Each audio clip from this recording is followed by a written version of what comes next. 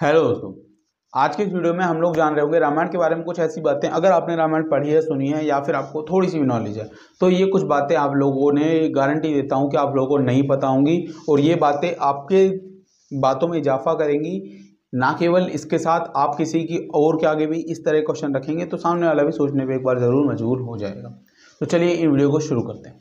तो सबसे पहली बातों में एक बात यह है कि रामायण के अंदर 24,000 श्लोकों की रचना करी गई है और हर 1,000 श्लोक पे जो पहला अक्षर है अगर आप उसे जोड़ देते हैं तो गायत्री मंत्र की रचना हो जाया करती है। रामायण को कुछ इस तरीके से लिखा गया है कि हर एक 1,000 श्लोक के बाद अगर आप एक अक्षर को उठाएंगे, शब्द को उठाएंगे तो गायत्री मंत्र की रचना अपने आप हो जाएगी। चलिए इसके बाद बढ़ते हैं दूसरे से फैक्ट की तरफ जो आपको बिल्कुल नहीं पता होगा, जो क्या कि भगवान राम की एक बहन भी हुआ करती थी। हाँ, आप लोग जान के थोड़े से हैरान होंगे लेकिन ये सच्चाई है। भगवान राम की एक बहन थी जो भगवान राम से रिश्ते में बड़ी थी। कौशल्या की बेटी थी ये। दशरथ इनके पिता थे। होता क्या है कि महाराज दशरथ के राज्य में अंग देश के राजा रूपद आते हैं और रूपद से राजा दशरथ की बहुत अच्छी दोस्ती हुआ करती थी और उन्होंने जैसे ये प्रस्ताव रखा कि उनके पास कोई बच्चा नहीं है और शायद आगे होगा भी नहीं, तो वो उनकी लड़की को गोद लेना चाहते हैं और राजा दशरथ ने क्यों, जब तक उनकी अकेली संतान थी लेकिन उसके बाद भी खुशी खुशी ने वो गोद दे दी। लेकिन कहने बात में वो भगवान राम की बहन ही आती हैं और उनकी बड़ी बहन थी वो। इसके बाद हम रामायण में थोड़ा सा आगे बढ़ेंगे और समझेंगे, सुनेंगे आप। तो आपने सुना होगा भगवान राम ने एक धनुष तोड़ा था।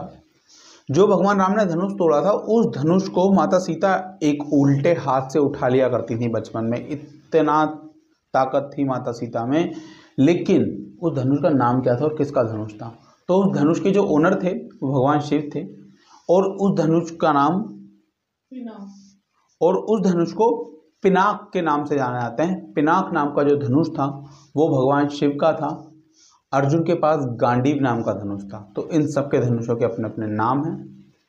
अब कमेंट बॉक्स में आप लोग ये बताएंगे भगवान राम के पास जो धनुष था उसका नाम क्या था। बढ़ते हैं अगले पॉइंट की तरफ। जो भगवान राम को जब वनवास हुआ तो वो कहाँ रहे? तो वो जिस वन में रहते थे उसे दंडकारण्य बोलते थे। ऐसा क्यों बोला जाता था?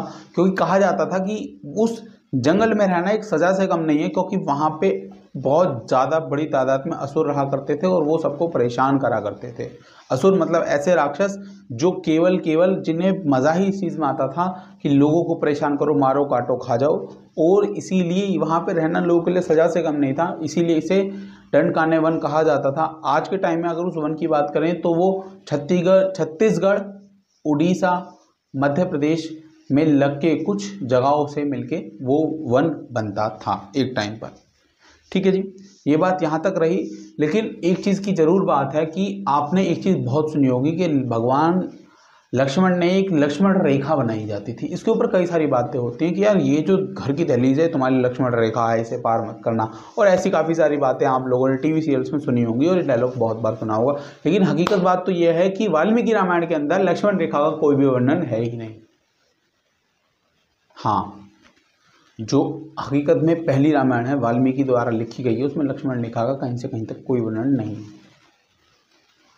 अब ये लक्ष्मण रेखा की बात कहाँ से आती है? तो तुलसीदास रामायण में इसका वर्णन आता है। लेकिन इसका वर्णन कहाँ पे आता है? इसका वर्णन इसके यहाँ लंका कांड में आता है। और लंका कांड के अंदर भी जब मंदोदरी बताती हैं इसके बारे में तब इसके बारे में पता चलता है कि ऐसी भी एक चीज़ रही है और ये बात मंदोदरी बता रही हैं। ठीक है जी, तो जो हमारे दिमाग में एक इमेज है कि ये कहानी वहाँ से चालू होती है तो वहीं लिखी होगी, ऐसा बिल्कुल भी नहीं है। Last but not the least आ जाते हैं रावण के ऊपर। तो रावण के बारे में आपको ये तो बहुत पता होगा, बहुत ज्ञानी था, बहुत बड़ा पंडित था। लेकिन आपको एक बात बिल्कुल नहीं पता होगी कि रावण एक बहुत अच्छा म्यूजिशियन भी था। वो वीणा वादन बहुत अच्छे तरीके से करा करता था।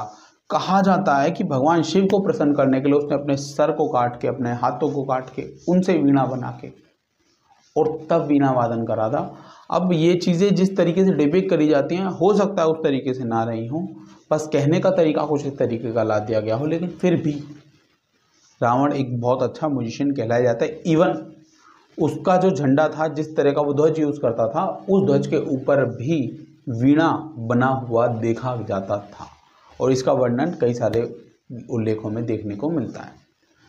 ठीक है जी, इसी के साथ हम इस वीडियो को यहाँ पे समाप्त करते हैं। आप बताइएगा आपको ये वीडियो कैसी लगी, आपको कौन कौन से फैक्ट पता थे और मैंने आपको एक क्वेश्चन दे ही रखा है कि भगवान राम का जो धनुष था उसका नाम क्या था, भगवान कृष्ण का जो धनुष था उसका नाम क्या था। इन दोनों सवालों के जवाब हमें कमेंट बॉक्स में ज़रूर बताइएगा। जिसका जवाब सही होगा उसको मैं लाइक कमेंट जरूर करूँगा और कमेंट भी रिप्लाई जरूर करने की कोशिश करूँ। ठीक है जी, मिलते हैं आपसे नेक्स्ट वीडियो में। Till then bye.